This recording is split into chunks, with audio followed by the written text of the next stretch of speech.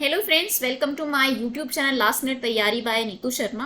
और आज हम जो पढ़ने जा रहे हैं वो हमारा है क्लास 12th बायोलॉजी, उसका चैप्टर नंबर 4। प्रीवियसली हम तीनों चैप्टर अच्छे से डिटेल में पढ़ चुके हैं। अभी हम बात करेंगे हमारे चैप्टर नंबर 4 की, which is about the reproductive health.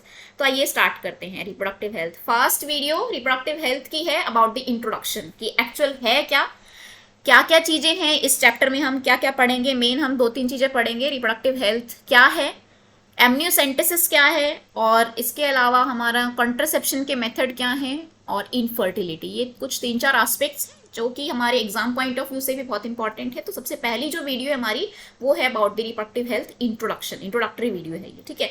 तो रिप्रोडक्टिव हेल्थ हेल्थ है, लेकिन सिंपल हेल्थ नहीं है हमारी रिप्रोडक्टिव हेल्थ। तो WHO ने इसकी जो डेफिनेशन दी है कि अगर कोई रिप्रोडक्शन के हर एस्पेक्ट में, फिजिकल, इमोशनल, बिहेवियरल और सोशल, सारे एस्पेक्ट में अगर एक पर्सन हेल्दी है, मतलब प्रॉपर वेलबींग है उसकी हर एस्पेक्ट में, ना सिर्फ फिजिकली यानी उसके सिर्फ रिप्रोडक्टिव सिस्टम प्रॉपरली काम कर रहे हैं ऐसा नहीं है, बट सोसाइटी में भी वो किस तरीके से बिहेव करता है, यानी बिहेवियरल एस्पेक्ट, इमोशनल एस्पेक्ट क्या है उस पर्टिकुलर टॉपिक से रिलेटेड, उस पर्टिकुलर फील्ड से रिलेटेड, ये सारी चीजें अगर प्रॉपर हैं तो ही हम उस पर्सन को रिप्रोडक्टिवली हेल्दी कह सकते हैं। चलिए, रिप्रोडक्टिव हेल्थ के अंदर क्या क्या प्रॉब्लम्स हैं और उसका निपटारा करने के लिए गवर्नमेंट ने क्या क्या स्ट्रैटेजीज जो है वो दी हुई हैं, बनाई हुई हैं, तो वो हम बात करते हैं। तो जो रिप्रोडक्टिव हेल्थ है, इसमें जो भी हमारी इंडिया की पॉपुलेशन है, हर पर्सन जो है वो रिप्रोडक्टिवली हेल्दी होना चाहिए, ठीक है। इसके लिए जो फैमिली प्लानिंग होना बहुत ज़रूरी है। तो फैमिली प्लानिंग ये इस प्लान का नाम है जो सबसे पहले स्टार्ट किया था, इंडिया ने ही स्टार्ट किया था, जिसमें बहुत सारी प्लानिंग की गई थी। जो गोल है इस पर्टिकुलर प्रोग्राम का वो है कि each and every individual should be reproductively healthy, यानी हमारे इंडिया में जो रिप्रोडक्टिव हेल्थ है उसको सोशल गोल लेकर चलना। ये 1951 में ये शुरू हुआ था प्रोग्राम, और बाद में इसके अंदर बहुत सारी चीजें जो है वो ऐड की गई हैं।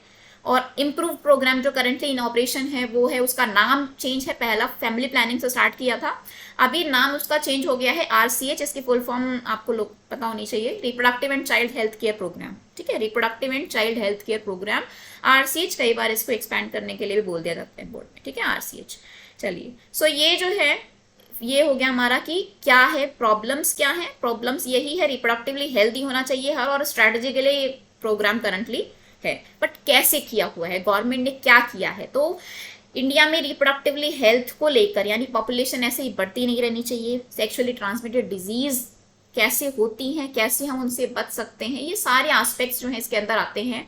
और गवर्नमेंट ने इसके लिए ऑडियो, यानी जैसे हम FM सुनते हैं उसमें ऐड आती है, विजुअल्स हम टीवी में देखते हैं, वो सारी चीज़ें प्रिंट मीडिया, न्यूज़पेपर में, इन सारी चीज़ों में ऐड के थ्रू गवर्नमेंट ने इन चीज़ों के बारे में बहुत सारी अवेयरनेस फैलाई है और फैला रही है, यानी ये सारी चीज़ें चल रही है। So through the help of audio visual and print media. और हमने ये बहुत ही, जिसको हम कहते हैं कि हमारा जाना पहचाना हर चीज़ों के पीछे लिखा होता है, यानी अगर हम ऑटो के पीछे, या वो पहले हमने देखा हुआ है हम दो हमारे दो, ये बहुत ही एक रिनोन्ड जो है स्लोगन है जिसको हमने बहुत बार सुना हुआ है। ये सारी चीज़ें हैं, यानी मीडिया की हेल्प से लेकर ये सारी चीज़ों का फैलाना। दूसरा, even family member, close relations, ये सब भी, यानी अगर एक बंदा जो है उसको ये अवेयरनेस है तो वो दूसरे को भी हम, यानी अगर हम आप लोग अगर इस चैप्टर को पढ़ रहे हैं तो आप लोग भी अवेयरनेस फैला सकते हैं, यानी कि जो भी नॉलेज रखता है वो इस चीज़ का पार्ट हो सकता है आपसे, ठीक है।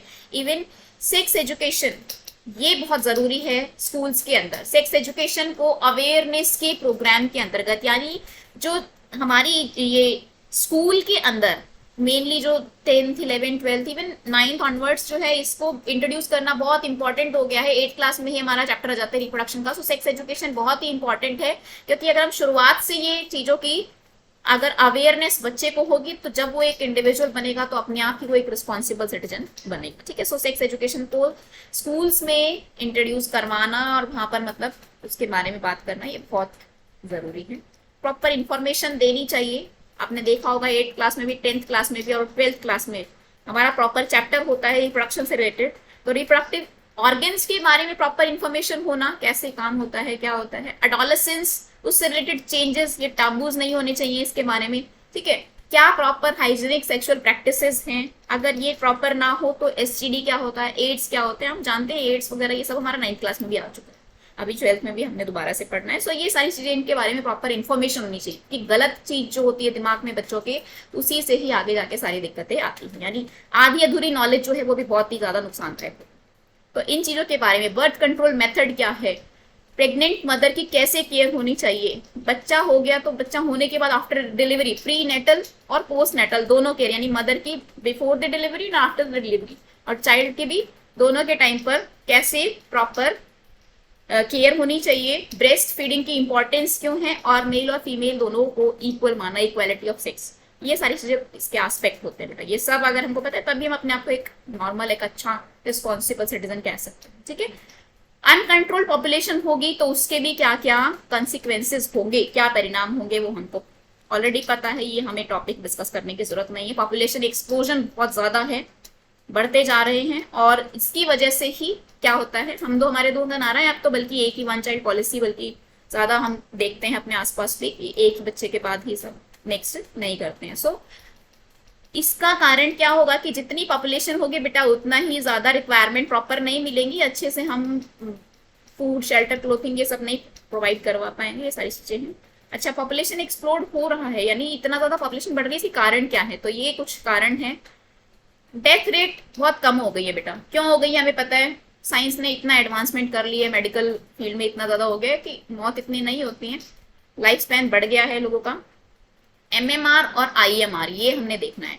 MMR होता है मैटरनल मोर्टेलिटी रेट, बच्चा पैदा करते टाइम क्या होगा, मदर की जो डेथ होती है, और इन्फेंट मोर्टेलिटी रेट, जो बच्चा पैदा होता है उस टाइम पर उसकी मौत हो जाना, ये दोनों का रेट कम हो गया। दोनों का रेट कम हो गया क्योंकि क्या हो गया है, हमारा जो फील्ड है मेडिकल फील्ड, उसमें इतनी ज्यादा क्या बोलेंगे डिस्कवरीज होना, उसकी वजह से क्या होगा, MMR IMR दोनों ही कम हो गए हैं। और रिप्रोडक्टिव हेल्थ नॉलेज नहीं है इन सारी चीजों के बारे में, तो इसलिए पॉपुलेशन जो है एक्सप्लोर हो रही है। कंट्रोल करने की क्या मेथड है, देखिए मोटिवेट करना चाहिए, स्मॉलर फैमिली जितना हो, हम दो हमारे दो टाइप वही बहुत है, ठीक है, उससे ज्यादा ना हो। मीडिया के थ्रू अवेयर करवाना, वन चाइल्ड नॉर्म, मैंने कहा ना वन चाइल्ड नॉर्म बहुत जरूरी है। बाल विवाह आजकल तो खैर होते नहीं है क्योंकि एक एज बना दी गई है, फीमेल की 18, मेल की 21, उसको भी और भी बढ़ाने की वो हो रही है। और जिनकी फैमिली छोटी है, अगर उन कपल्स को थोड़ा सा इंसेंटिव कुछ और अगर लाभ दिया जाए तो और हम पॉपुलेशन को कंट्रोल कर सकते हैं। तो आज की वीडियो में ना हम इतना ही बात करेंगे कि रिप्रोडक्टिव हेल्थ क्या है, हम इन सारी चीजों के बारे में जानते हैं, पॉपुलेशन कम होनी चाहिए, और रिप्रोडक्शन से रिलेटेड जितने सारे फील्ड हैं, जो एस्पेक्ट्स है, उसके बारे में हमारी प्रॉपर नॉलेज होना, और उस नॉलेज को अपने आप तक ना सीमित रखते हुए उसको दूसरों तक पहुंचाना, ये ही एक रिप्रोडक्टिवली हेल्दी पर्सन होने का पूरा साइन होता है। सो आज हमने यही पढ़ना है। नेक्स्ट जो हमारी वीडियो है उसमें हम एमनियोसेंटेसिस की बात करेंगे, जो कि बहुत इंपॉर्टेंट टेक्निक है हमारे एग्जाम के लिए भी। सो उसकी हम अभी नेक्स्ट वीडियो में बात करेंगे। होप आपको ये आज का जो हमने इतना पढ़ा है वो समझ आ गया होगा। अगर आपको वीडियो समझ आई है, पसंद आई है, तो इस वीडियो को शेयर कीजिए, लाइक कीजिए और हमारे चैनल को सब्सक्राइब कीजिए। Thank you so much.